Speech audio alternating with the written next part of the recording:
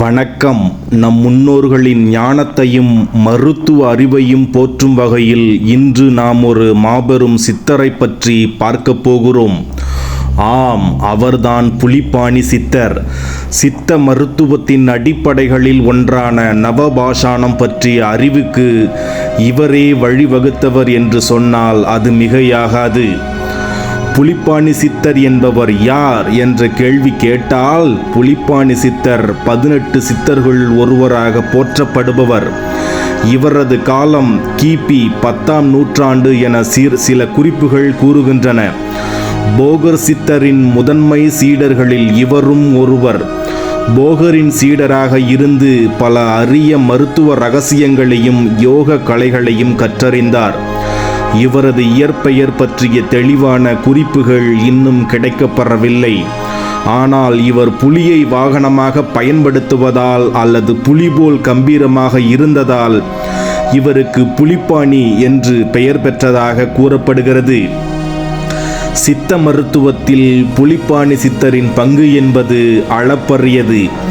நவபாஷாணம் புலிப்பாணி சித்தரின் மிக முக்கியமான கண்டுபிடிப்பு. நவபாஷாணங்களை கண்டறிந்து அவற்றை பயன்படுத்தும் முறைதான். 9 வகையான விஷத்தன்மை கொண்ட பாஷாணங்களை கலந்து ஒரு குறிப்பிட்ட விகிதத்தில் பிணைந்து அவற்றை மருத்துவ குணம் கொண்டதாக மாற்றுவதுதான் நவபாஷாணம். பழனி முருகன் கோவிலில் இருக்கும் சிலை, பழனி தண்டாயுதபாணி சுவாமியின் திருவுருவச் சிலையை போகர் சித்தர் நவபாஷாணத்தால் செய்தார் என்பது நம் அனைவரும் அறிந்ததே. இந்த நவபாஷாண கலவையை உருவாக்குவதில் புலிப்பாணி சித்தரின் பங்கு மிக முக்கியமானது என்று சொன்னால் அது மிகையாகாது. போகருக்கு துணையாக இருந்து நவபாஷாணத்தை பிணைத்து சிலை வடிக்க உதவினார் என்பது வரலாறு. மருத்துவ நூல்கள் சிலவற்றையும் புலிப்பாணி சித்தர் அவர்கள் இயற்றியுள்ளார். அவற்றுள் புலிப்பாணி வைத்தியம் 500, புலிப்பாணி ஜோதிடம் 300, புலிப்பாணி பூஜா விதி 150 போன்றவை குறிப்பிடத்தக்கவை. இந்த நூல்கள் சித்த மருத்துவத்தின் நுணுக்கங்களையும் ஜோதிட அறிவையும் பூஜை முறைகளையும் மிகவும் தெள்ளத் தெளிவாக விளக்குகின்றன. ஆகவே நண்பர்கள் அனைவரும் இவரது நூலை பின்பற்றினாலே ஜோதிடத்தில் ஒரு மிக பெரும் புரட்சியை உண்டு பண்ணலாம். வைத்தியத்திலும் ஒரு மாபெரும் புரட்சி ஏற்படுத்த கூடும். அதோடு புலிப்பாணி பூஜை செய்யும் விதிமுறைகள் பற்றியும் தெளிவாக புலிப்பாணி பூஜா விதி 150 என்ற நூலில் மிகவும் தெள்ளத் தெளிவாக குறிப்பிட்டுள்ளார். புலிப்பாணி சித்தரின் தத்துவங்கள் என்னவென்று கேட்டால், நோயின் மூல காரணத்தை கண்டறிந்து சிகிச்சை அளிப்பதில் நம்பிக்கை கொண்டிருந்தார். மனித உடலையும் இயற்கையையும் ஒன்றிணைக்கும் தத்துவத்தை போதித்தார். யோகம், தியானம் மூலம் உடலையும் மனதையும் ஆரோக்கியமாக வைத்துக்கொள்ள வழிகாட்டினார். ரசவாதம், காயகல்பம் போன்ற துறைகளிலும் புலிப்பாணி சித்தர் அவர்கள் வல்லமை பெற்றிருந்தார். புலிப்பாணி சித்தர் தனது குருநாதர் போகர் சமாதி அடைந்த பிறகு பழனியிலேயே சில காலம் வாழ்ந்ததாக கூறப்படுகிறது.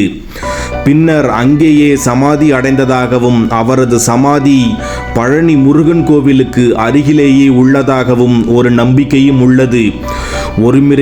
ஒரு முறை போகர் சித்தர் அவர்கள் சீனாவுக்கு சென்றிருந்த பொழுது அவர் ஏதோ ஒரு காரணத்தினால் தன்னுடைய சுய நினைவை இழந்ததாகவும், புலிப்பாணி சித்தர் அவர்கள் தமிழ்நாட்டில் இருந்து கொண்டே தனது குரு இப்படி பாதிக்கப்பட்டுள்ளார் என்பதை அறிந்து கொண்டு ஆகாய மார்க்கமாக சீனாவிற்கு சென்று தன்னுடைய முதுகில் போகர் சித்தரை சுமந்து வந்து போகர் சித்தரை தமிழ்நாட்டுக்கு அழைத்து வந்தார் என்றும் சொல்லப்படுகிறது.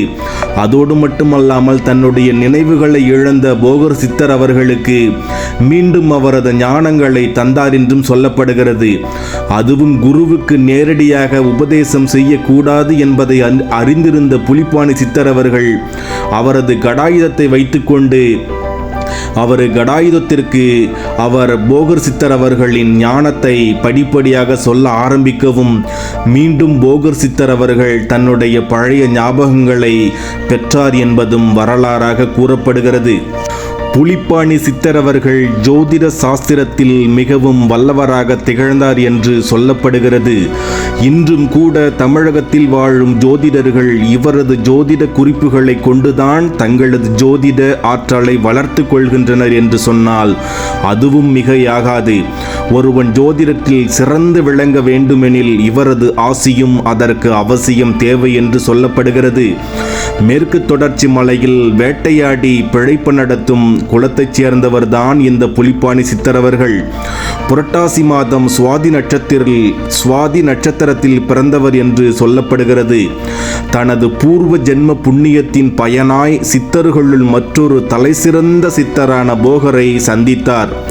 அதற்கு ஒரு சுவாரஸ்யமான கதை ஒன்றும் கூட சொல்லப்படுகிறது. வாருங்கள் அதையும் பார்ப்போம். போகருக்கு மூலிகை தேடி திரிவதில் விருப்பம் அதிகம். அந்த வகையில் ஒரு பௌர்ணமி இரவில் பழனியம்பதியை ஒட்டியுள்ள ஒரு மலைக்காட்டில் மூலிகை தேடி சென்றவர் வழியில் தாகத்தால் தவித்து இருக்கிறார் போகர் சித்தர் அவர்கள். அப்பொழுது ஒரு வேடுவனாக எதிர்பட்டவர்தான் புலிப்பாணி சித்தர் அவர்கள்.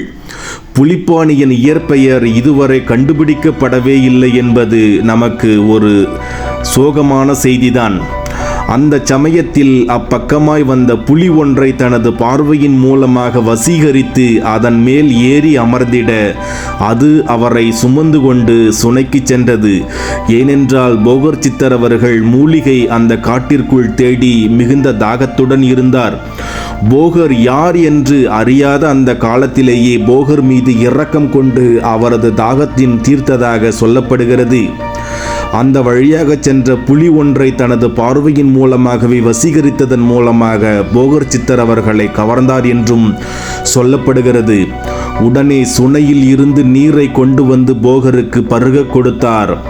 புலியை வசீகரித்ததால் அந்த புலி என்ற வார்த்தையும் தண்ணீருக்கு வடமொழியில் பாணி என்று சொல்வார்கள். இந்த இரு வார்த்தைகளும் சேர்ந்ததே புலிப்பாணி என்றும் ஆனதாகவும் சொல்லுகிறார்கள். அதோடு மட்டுமல்லாமல் இந்த பெயரை அவருக்கு சூட்டியவரும் போகர்தான் என்று சொல்கிறார்கள்.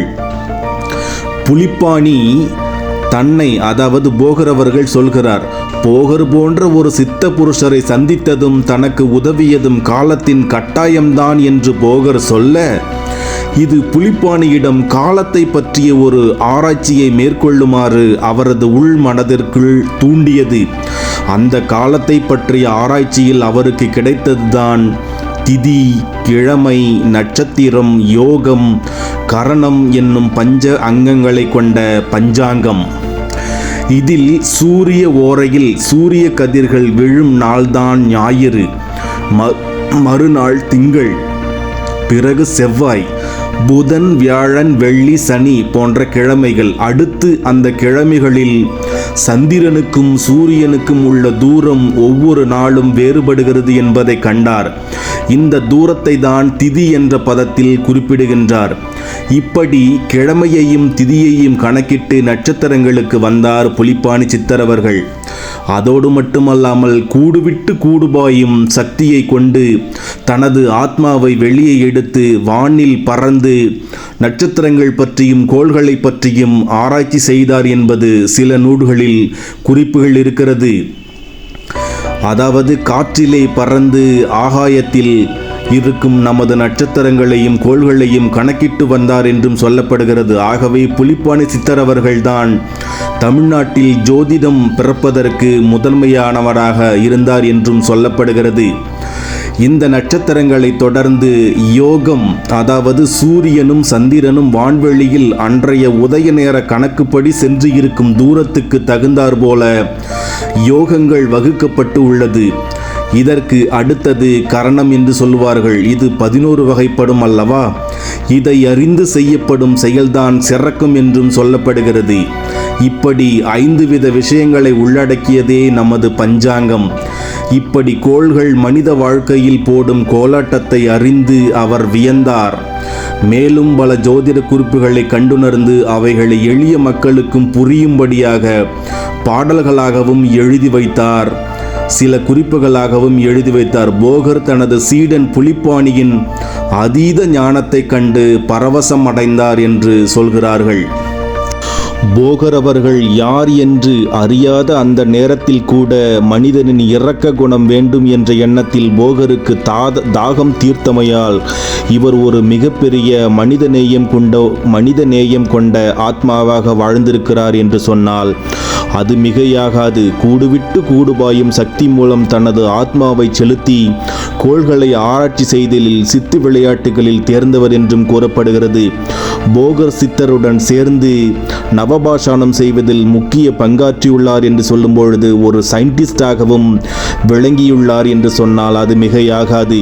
புலிப்பாணி சித்தர் அவர்கள் ஒரு மாபெரும் ஞானி மட்டுமல்ல, சிறந்த மருத்துவம், சமூக சேவரும் ஆவார். இவரது கண்டுபிடிப்புகளும் போதனைகளும் இன்றும் நம் வாழ்வில் வழிகாட்டுகின்றன.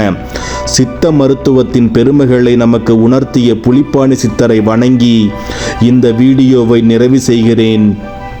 இந்த வீடியோ பதிவு உங்களுக்கு பிடித்திருக்கும் என்று நான் நம்புகிறேன். நண்பர்களே, உங்களுக்கு இந்த வீடியோ பதிவு பிடித்திருக்கும் பட்சத்தில் உங்களது நண்பர்களுக்கு ஷேர் செய்யுங்கள், லைக் செய்யுங்கள், கமெண்ட் செய்யுங்கள். புதிய நண்பர்கள் சப்ஸ்கிரைப் செய்யுங்கள். நன்றி, வணக்கம்.